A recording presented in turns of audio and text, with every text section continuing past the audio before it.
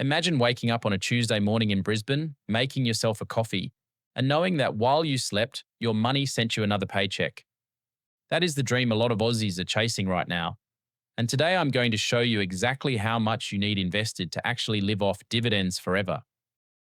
Living off dividends in Australia is genuinely one of the most achievable forms of financial freedom on the planet, and the reason is something almost unique to us. It's called franking credits. When an Australian company pays you a dividend, they've usually already paid 30% company tax on those profits. The government gives you that tax back as a credit. So when you see a 4% dividend yield on the ASX 200, the real grossed up yield is closer to 5.5 or even 6%. This system was introduced back in 1987 by the Hawke government to stop the same dollar of profit being taxed twice, once at the company level and again in the hands of the shareholder.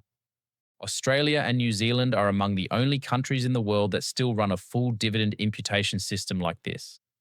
In the United States, the United Kingdom, and most of Europe, dividend investors get hit with double taxation, which is why an ASX portfolio paying 4% can outperform a US portfolio paying the same headline yield on an after-tax basis.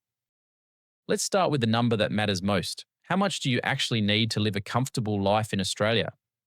The Association of Superannuation Funds of Australia, which is the gold standard for this kind of research, says a single person needs around $54,000 a year for a comfortable retirement, and a couple needs around $77,000. That's having private health insurance, running a car, taking a domestic holiday, and going out for dinner without stressing. Of course, if you want the lean version, a modest lifestyle is closer to $35,000 for a single and $51,000 for a couple. And if you're chasing the full fat lifestyle, overseas trips, eating out whenever you want, maybe upgrading the car every few years, you're realistically looking at $100,000 or more. Now here's where it gets interesting. The average dividend yield across the ASX 200 sits at around 4% in 2026.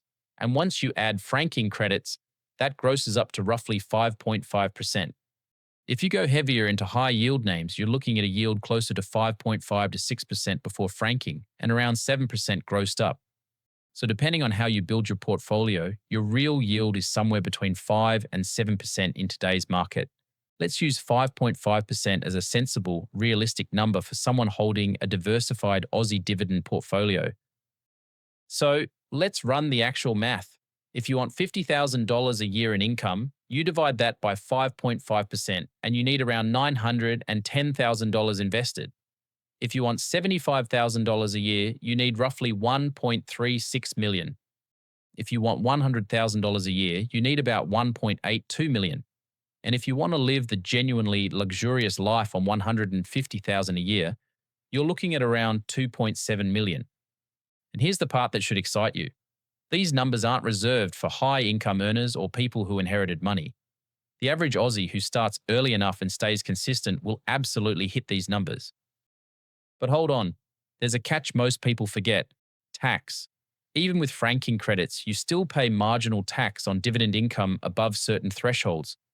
The good news for Aussies is the tax-free threshold is $18,200.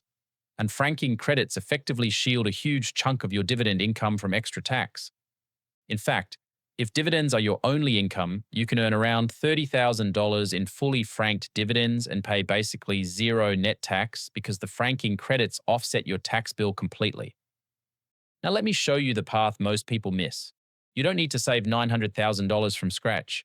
You need to invest consistently and let compounding do the heavy lifting. If you invest $1,500 a month into a diversified Aussie share portfolio averaging 8% total return, which is well below the long-term ASX average, you'll hit $900,000 in about 19 years. Bump that to $2,000 a month and you're there in around 17 years. Start in your late 20s and you're financially free before 50. The other lever most people ignore is the account structure used to hold these investments. Holding dividend-paying shares inside superannuation means the income is taxed at just 15% during accumulation and 0% in pension phase once retirement age is reached. That's why a lot of Australians targeting dividend freedom run a dual-track strategy with one portfolio inside super for long-term tax efficiency and a second portfolio outside super for income that can be accessed before preservation age. Now, here's the thing. Chasing the highest yield is the single biggest mistake new dividend investors make. If you see a stock paying 12% on the ASX, it's almost always a value trap. Either the price has collapsed because the business is in trouble, or the dividend is about to be cut. The companies that pay sustainable, growing dividends decade after decade are the boring ones. The big banks, Wesfarmers, BHP in good years, Telstra, Woolworths, the major insurers. They're not exciting, but they pay you forever. And forever is the goal here.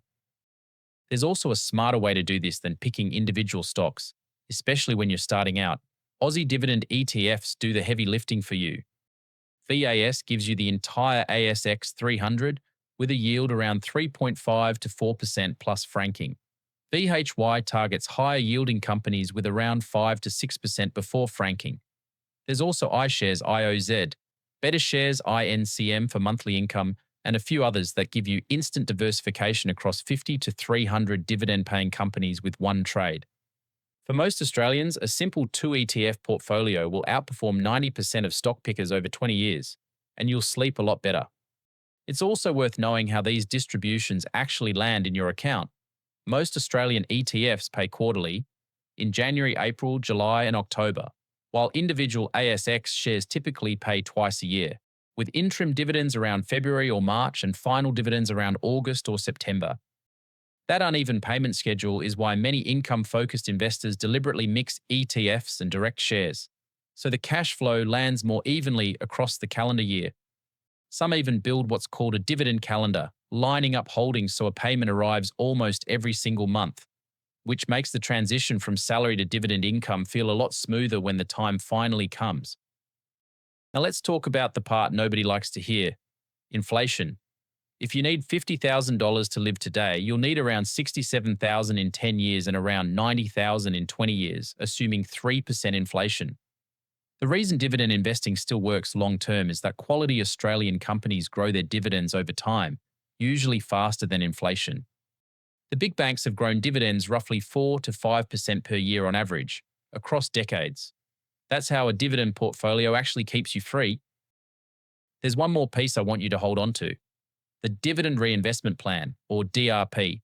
While you're still building your portfolio, instead of taking the cash payouts, you can automatically reinvest every dividend back into more shares. This is where the snowball really starts rolling. Your shares pay dividends, those dividends buy more shares, and those new shares pay more dividends. By the time you flip the switch from accumulation to living off the income, your portfolio is producing dramatically more than it would have if you'd been spending dividends along the way. So let's bring it all together. To live off dividends forever in Australia, you're realistically looking at between $900,000 and $1.8 million invested, depending on your lifestyle. You can hit that by investing consistently into quality Aussie dividend stocks and ETFs, leveraging franking credits to slash your tax bill, avoiding high yield traps, and giving compounding the runway it needs to work. If this video helped you, do me a favor and hit the like button. It helps more Aussies find this content. If you're not subscribed yet, now's the time. And don't forget to turn on notifications so you don't miss the next one. I'll see you there.